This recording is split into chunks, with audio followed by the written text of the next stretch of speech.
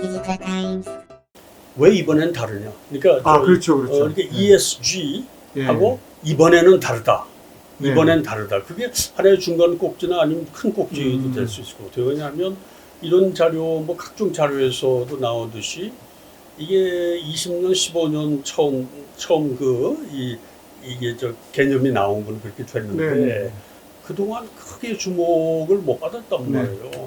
근데 왜 최근에 와서 그럼 이게 대세가 갑자기 되느냐. 그렇죠. 그리고 이 일부에서는 아직도 기업들도 그렇고 정부 차원에서도 그렇고 이게 일종의 패션으로 또 이러다 좀 사그러드는 거 아닐까. 네. 뭐 그런 것들이 많거든요. 과거 이 어떤 형태의 경제 위기, 금융 위기 이런 거 겪고 나면 그런 어떤 리폼이라고 그럴까. 네. 이런 일들이 많이 벌어지잖아요. 예를 네. 들어서 글로벌 금융위기 이후에도 그랬고 오큐파이 월스트리트 해가지고 네. 뭔가 금융자본주의의 뭐가 대변혁이 있어야 된다라는 얘기가 나오고 그럴 때 또 위기 겪고 나면 어떤 양극화 해소를 위한 따뜻한 시장 경제 얘기도 나오고 이건 처음 듣는 얘기가 아니란 말이에요. 네, 그렇죠. 근데 그게 이제 좀 지나면 2008년 리만 사태 터진 다음에 소위 기존의 IB를 중심으로 네. 하는 금융기관들은 근본적으로 탈바꿈을 할 거다. 그러니까 기존의 그 리만이 무너지면서 여러 금융사들이 제대로 서바이브가 되겠느냐. 이런 얘기도 많이 나왔지만 사실 몇 년 안 걸려가지고 JP 모간이 됐든 말이죠. 내가 오히려 그 이전보다도 강력한 이런 기관들로 거듭나거든요. 그래서 이게 또 과거 우리 IMF 위기 겪은 다음에도 우리나라의 허용적 자본주의, 따뜻한 시장 경제라는 얘기는 계속 나오는 얘기예요.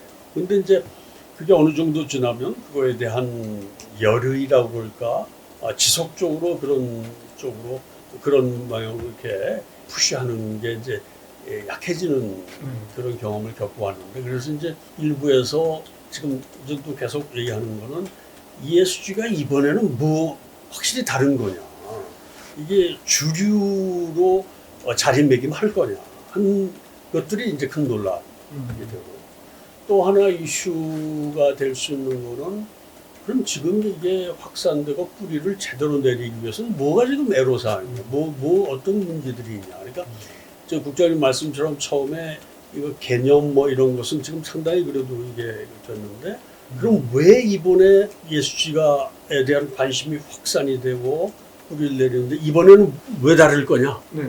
그 얘기는 참 제가 좀 말씀을 좀 네. 드렸고, 그 다음에 지금 남아있는 애로사항, 네. 그러니까 딜레마, 이것이 정말 착근을 하는데 걸림돌이 어떤 것들이 있고 그러냐.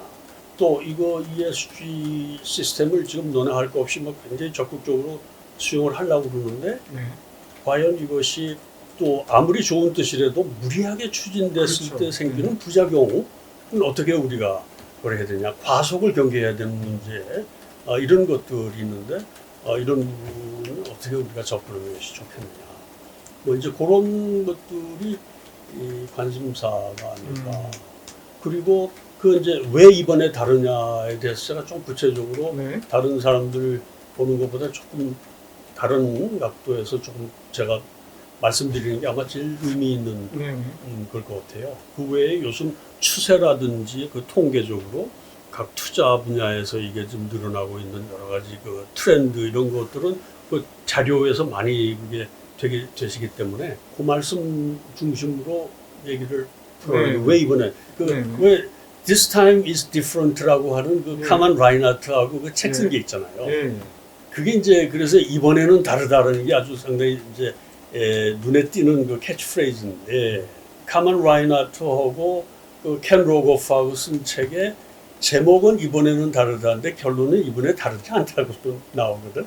그게 뭐냐면 이제 모든 경제 위기의 주범은 부채라는 사실이 예나 지금이나 다르지 않다고 이제 결론을 내리게 되는데, 이번에 제가 말씀드리려고 하는 건 ESG 이번에는 다르다는 과거에 잠깐 떴다가 사그러지고 했던 거와 달리 이번 특히 작년 이후에 확산되고 있는 ESG의 관심, 열기는 상당히 그 주류화될 가능성이 많고 이미 대세가 되는 방향으로 가고 있고 이것은 선택이 아니라 기업 생존 또 나아가서 국가 생존의 필수가 된다. 선택이 아닌 필수.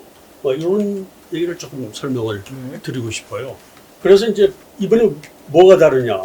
그래서 저는 세 가지 요소를 우선 지적을 하고 싶은데 재미있게 영어로 꼭지를 따서 얘기를 하자면 BBC를 기억하면 좋을 거예요. BBC는 영국 방송국 이름인데 네. 그 뜻이 아니고 B는 뭐가 크게 다르냐 이번에. 첫째 B는 블랙락. 블랙락이 재작년도 그랬습니다만 특히 작년 초 그 1년에 한 번씩 블랙락의 체어맨인 레리 핑크가 주주들이고 블랙락에 자금을 위탁하고 있는 그런 그 기업들에게 그 편지를 보내는 연례 서한이 있는데 굉장히 강조하는 내용을 ESG가 가야 할 길이다라고 하는 것을 전에부터도 생각이 있었지만 강도 높게 얘기한 것이 특히 작년 초 하나의 더 큰 기폭제가 되지 않았나. 그 전에도 그랬지만 하여튼 말씀드린 대로 그 강도를 더해서 최근에 그렇게 됐다. 왜 블랙락이 과거와 달리 그 블랙락의 포지션이 굉장히 파급력을 가지게 되냐면 블랙락은 지금 세계 최대 자산 운용사인데 지금 자산 운용 규모가 근 9조 달러에 가까워 계속 늘고 있으니까 9조 달러라고 하는 것은 우리 돈으로 따지면 1경입니다. 그러니까 단위가 다른 게 된 거예요. 그리고 이 블랙락은 자금 규모만 최대가 아니라 세계 주요 기업에 분산 투자를 하게 되니까 세계 최대의 주주다 이런 표현을 우리가 적고 있어요. 그러니까 우리나라의 예를 들면 삼성전자도 3대 주주, 신한금융이라든지 우리나라 주요 금융그룹, 주요 대기업의 굉장히 중요한 주주가 된 거죠. 우리나라만 예를 들더라도 전 세계의 굴지의 기업에 영향력 있는 대주주가 되는 데가 블랙락이에요. 그래서 블랙락이 자기 투자 결정의 중요한 기준으로 해당 기업이 ESG 원칙을 얼마만큼 경영에 반영하느냐를 핵심 기준으로 삼겠다고 한 이것은 굉장히 임팩트가 큰 그런 상황이 됐다. 국민연금 이사장할 때 이제 우리가 당시 국민연금이 이제 국내 투자에 특히 채권 투자에 집중되고 있어서 이제 글로벌 투자 다변화를 하게 되는데 그때 해외 투자는 사실 역량 있는 운용사의 위탁 운용을 많이 하게 돼요. 그래서 블랙락이 대표적으로 이제 그런 데 중에 하나이기 때문에 깊은 관계를 갖게 된 거죠. 그래서 그런 무렵에 우리 해외 세계 굴지의 운용사들의 위탁 운영하는 과정에서 일부는 테슬라에도 투자가 된 거예요. 그래서 최근에 그게 기사거리가 난 게 한 400억인가 아마 당시 투자가 됐던 모양인데 그게 3조 6천억 뭐 가치가 3조 이상 가치가 됐다 그런 얘기가 나오는데 그건 뭐 다른 뜻이 아니라 그때 내가 레리 핑크를 처음 만났을 때도 우리 그런 얘기를 했죠. 우리는 국민연금 같은 연기금은 장기 투자.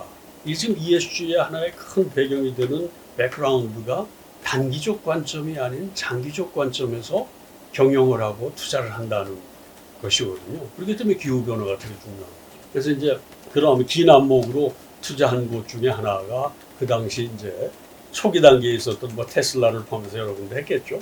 그중에 그런 경우도 있었는데 어쨌거나 블랙락 얘기로 돌아가면 가장 영향력 있고 임팩트가 있는 세계 최대 투자사가 투자 대상이 되는 기업들의 경영 원칙을 그 패러다임을 대전환해야 된다는 메시지를 강하게 최근에 보내게 됐다. 그것이 이제 굉장히 영향을 많이 미치게 된 거죠. BBC를 첫째 B를 블랙락을 들자면 그 다음에 두 번째는 바이든. 왜냐하면 바이든 행정부 그 대통령 취임하자마자 1차적으로 한 것 중에 하나가 트럼프 때 탈퇴했던 기후변화. 그보다 그 파리 협정에 다시 들어가죠. 굉장히 중요한 시그널인데 그것뿐만 아니라 뭐 기후 변화 이 중요한 이슈고 앞으로도 이제 그렇게 되겠지만은 또 S는 이제 사회적 책임이랄까 이제 이런 이슈인데 그게 그 소득 불평등 이렇게 양극화가 심해지는 상황에서 또 바이든 행정부는 그런 쪽에도 상당히 신경을 당연히 뭐 민주당 그런 쪽의 비중이 높지만은 뭐 이런 이슈들하고 다 이제 겹치게 되죠. 그래서 바이든 행정부가 가장 지금 국제사회에서 다자주의 채널을 통해 가지고 강도 높게 추진하려고 하는 것이 기후변화 대응, 친환경 기조로의 변화, 그리고 재생에너지 쪽에 비중을 둔다 하는 이런 쪽의 큰 흐름으로 바뀌기 때문에 이 ESG하고는 또 강하게 같은 접점이 생기게 됩니다. 세 번째 C는 사실 순서로 보면 C가 또 뭐 앞에 와야 될지도 모르지만은 이것이 코로나 사태, 코로나 또는 뭐 국제적으로 쓰는 표현 코비드를 써도 둘 다 C죠. 그러니까 이 사태가 이 ESG에 대한 관심을 더 폭발적으로 늘게 했다. 그것은 잘 아시는 것처럼 기후 변화의 지금 이제 전염병의 확산도 기후 변화의 영향이라고 보는 것이죠. 그뿐만 아니라 최근에 국제사회에 소위 catastrophic risk라고 해서 대재앙 리스크가 커지는 트렌드다. 그거는 태풍이라든지 지진이라든지 이런 것들이 대규모로 빈발하는 이런 상황이 돼서 이런 것들이 다 환경 파괴의 영향으로 온다 하는 관점에서 코로나 사태는 우리가 기후변화 대응의 시급성을 일깨우는 일종의 웨이크업 콜이 됐다 이렇게 보는 거죠. 그리고 아까 말씀드린 그 소셜 측면에서도 코로나 사태가 사실은 사회적 불균형을 더 악화시키는 요인으로 작용하게 되잖아요. 그래서 이제 확진자 나오는 뭐 인종적인 문제, 국가적인 또는 일국 내의 사회 계층 간의 그런 차이가 크게 드러나기도 했고 또 이 코로나 사태로 빚어지는 결과로 실업 문제라든지 빈부, 또 격차 이런 부분도 더 확산되는 상황이 돼서 이 S 요인도 중요하게 됐다. 그리고 G 부분도 사실은 지금 조금 다른 차원의 설명인데 지금 과거와 이번에 ESG가 차이가 나는 점을 또 하나 예를 들자면 이 가버넌스 지배구조는 과거에 기업의 지배구조 얘기로 끝나는 거예요. 그건 이제 오래전부터 뭐 이사회 구성이다, 감사위원회 독립이다, 뭐 오래전부터 나와 있는 것이죠. 그러나 거기에 더해서 이번엔 어떤 이슈들이 제기가 되냐 하면 그것이 기업 지배구조뿐만 아니라 국가 차원의 그리고 글로벌 차원에서의 가버넌스. 이건 무슨 얘기냐면 이 코로나 사태 같은 것을 겪어보니까 이 사회의 기업뿐만 아니라 사회의 다양한 이 문제점들이 국가 정치 체계, 가버넌스 체계가 제대로 작동하는 데와 그렇지 않은 데에 그 코로나라는 전염병이나 이런 문제의 파급 정도가 달라지더라. 이게 정부 거버넌스 시스템이 잘 돼 있으면 잘 돼 있을수록 전체 국가적인 리스크도 줄이고 기업 환경도 나아질 수가 있고 하는 부분이 있기 때문에 이것은 블랙락의 거기에도 잠깐 나오는 표현인데 책에도 내가 그 부회장하고 얘기할 때도 정부 차원에서 그러니까 이번에는 이 차원이 달라진 얘기고 이것이 왜 또 그러냐 하면 거버넌스는 정치 시스템에 관한 문제 아니에요. 그러니까 이게 예를 들어서 기후변화 같은 이슈를 다루려고 하면 기업이 개별적으로 해가지고 근본적인 변화를 이끌어낼 수가 없죠. 이것은 정책적인 차원에서도 끌고 가야 되고 모든 그 사회의 구성원들이나 기업들이 총체적으로 노력을 같이 해야 효과를 볼 수 있는 부분이기 때문에 앞선 ES 부분을 제대로 변화되게 하려면 G가 제대로 작동을 해야 되는데 그래서 기업 차원의 범위를 넘어서 정부, 정치, 시스템 차원 그리고 글로벌 차원에서의 지배구조가 제대로 작동을 해야 된다. 그 글로벌이라는 거는 아까 말씀드린 바로 다자주의로의 복귀 같은 것이 근본적으로 얘기를 해주고 있죠.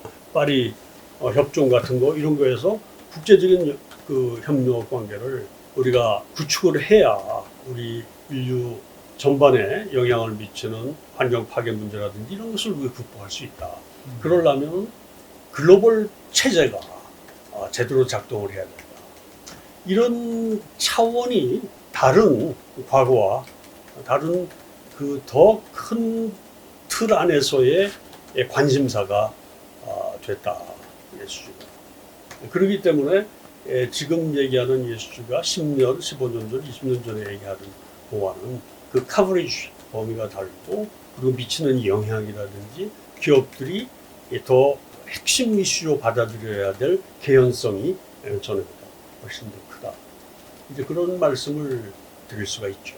그래서 이제 지금은 이게 특히 저희 앞에 있는 기후변화 이슈 이런 것을 다루기 위해서는 국제적인 차원에서의 공조 노력이 필요하다 보니까 기업, 국가, 글로벌 차원에서의 가버넌스를 아우르는 강력한 그런 하나의 개념이 됐다.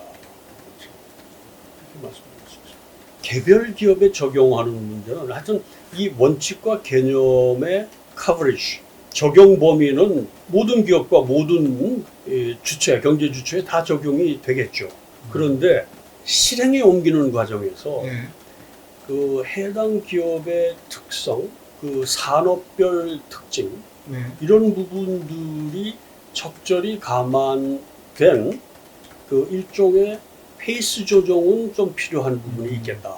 왜냐하면 그렇지 않으면 상당한 혼돈이 있을 수가 있는 거죠. 예를 들어서 기후변화를 위해서 재생에너지에 초점을 맞춘다 하는 것이 기본 방향으로 가고 석탄을 쓰는 데에 대해서는 투자를 안 하겠다. 예를 들어서 또 그리고 기존에 원유를 써가지고 비즈니스 하는 거에 대해서는 뭐 줄인다. 그런데 이게 사실은 개별 기업 입장에서 보면 하루아침에 비즈니스를 전환한다는 게 현실적으로 어려운 일들이 많이 있잖아요.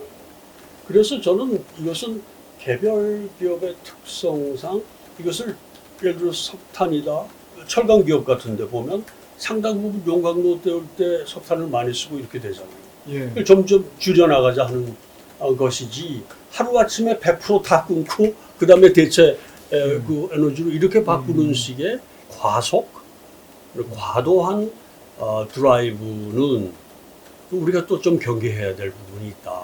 그러니까 이게 원칙으로 맞는데 실행에 옮겼을 때 우리가 적정 속도로의 그 연착륙을 시도하는 이런 노력이 되어야 현실적으로 많은 기업들이 이 ESG 시스템으로의 전환에서 누락 내지 탈락되지 않고 조금 긴 안목에서 그런 방향으로 수렴되어 나가지 않을까.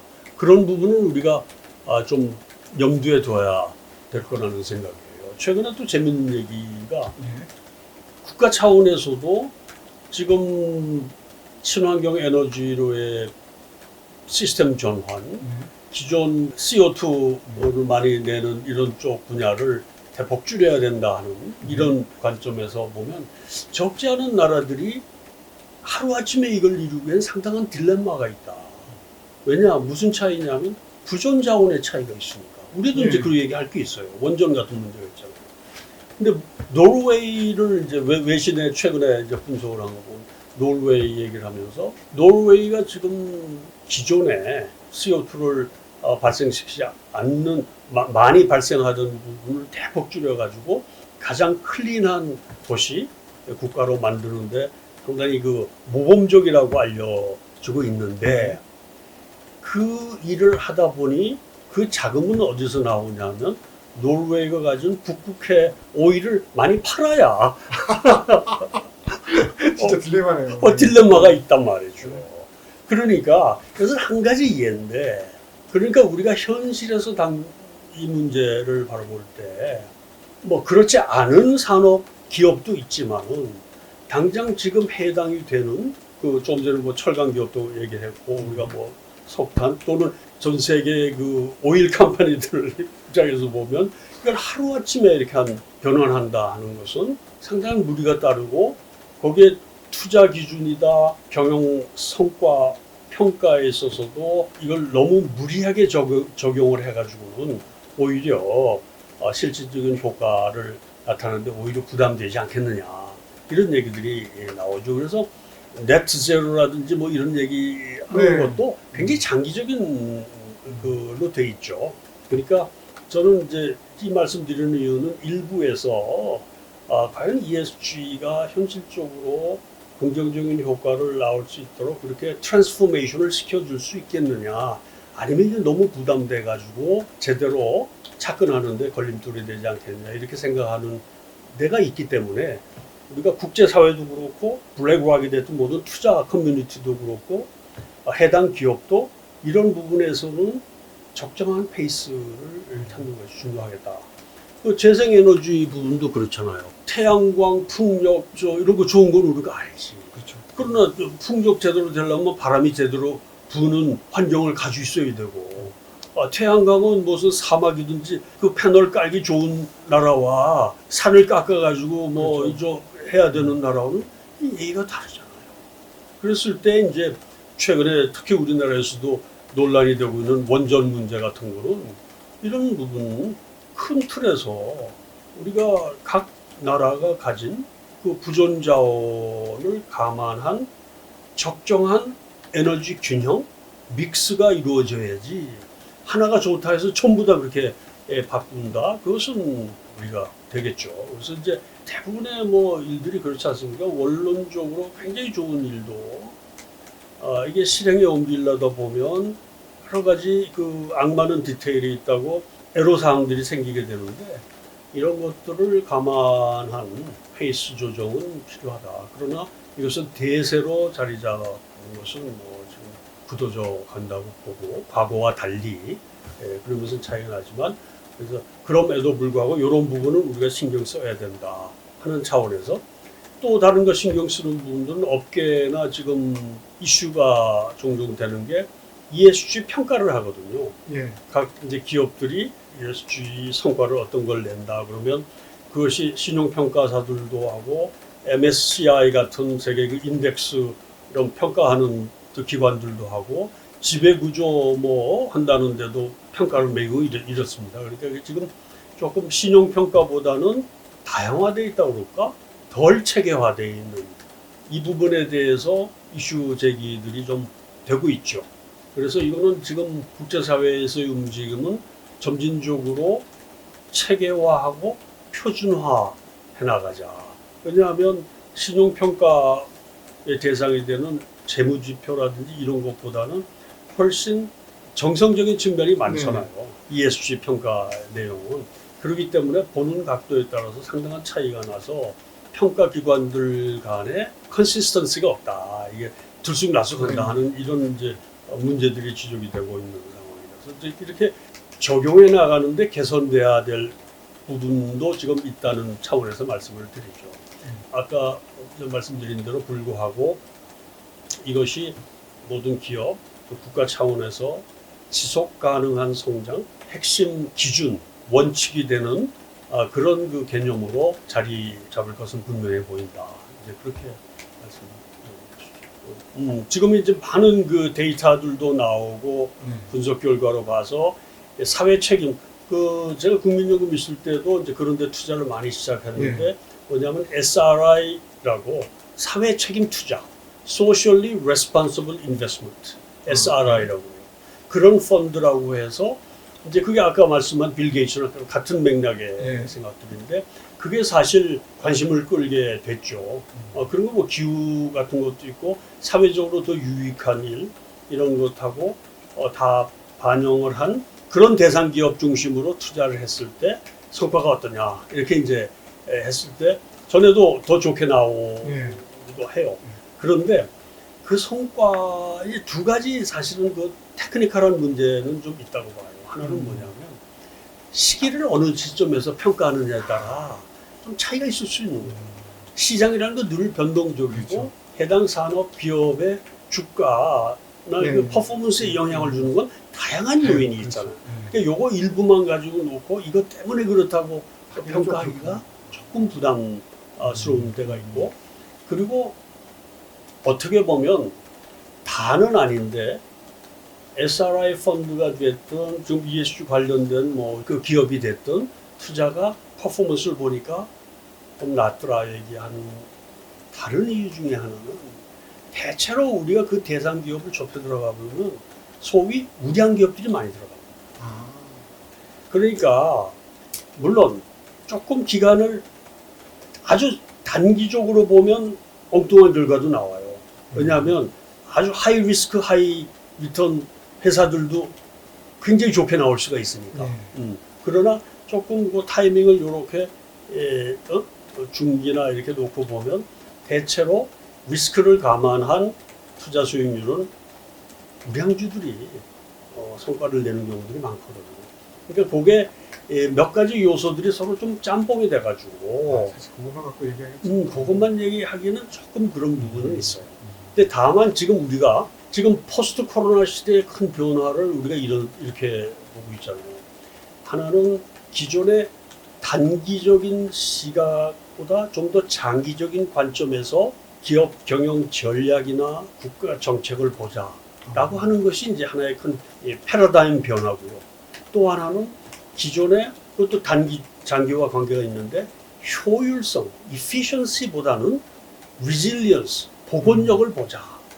그리고 이제 어떤 패러다임의 변화 이런 것은 조금 긴 안목으로 봤을 때 확실히 이런 지금 ESG 요소를 감안한 부분들이 외부 충격으로부터 훨씬 더 그 위험 부담을 감내할 수 있는 지속 가능하고 복원 리질리언트한 복원력이 강한 그런 경제 그런 기업으로 갈 가능성이 훨씬 커진다.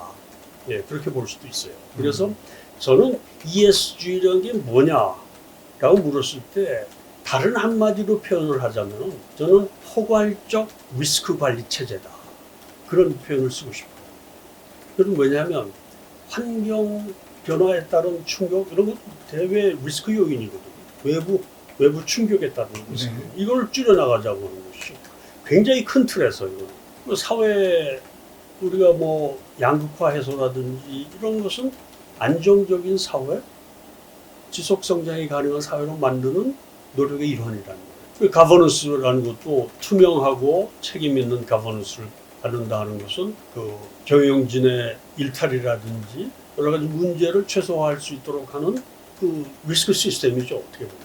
그러니까 ESG를 한마디로 뭐를 이거 우리가 기존에 쓰는 표현으로 경영에 적용을 했을 때 이게 뭐를 도움을 주는 것이냐?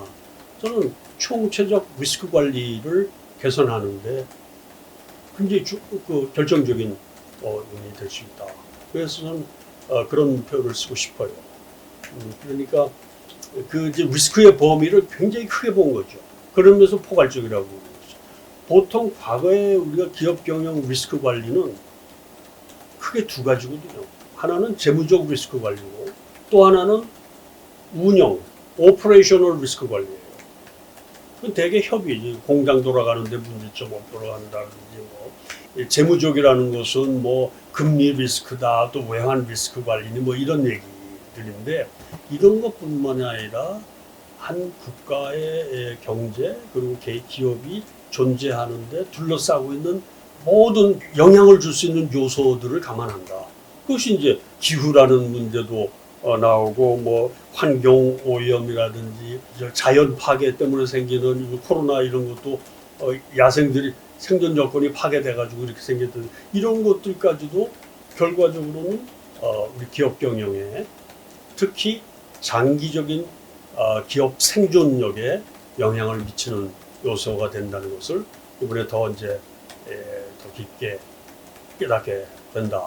그리고 일부에서는 그 ESG 요인도 좀 더 광범위하게 지금 포함을 하는 쪽으로 움직이고 있어요. 예를 들어서 S에 보면 예를 들면 사회가 꼭 사회적 책임 뭐 고객 만족이라든지 기업이 뭐 어디 기부 활동이라든지 이런 차원을 넘어서 가지고 데이터 보호라든지 개인정보 보호라든지 뭐 심지어 글로벌 서플라이 체인 같은 것도 어떤 특정 사건에 의해서 디스럽션이 적게 되도록 잘 관리하는 것이 크게 보면 사회적 책임, 사회적 영향을 적게 주는 데 일환이다. 그래가지고 그런 것까지도 포함을 시키고 있기 때문에 상당히 이제 폭넓은 이슈가 되는 것이죠.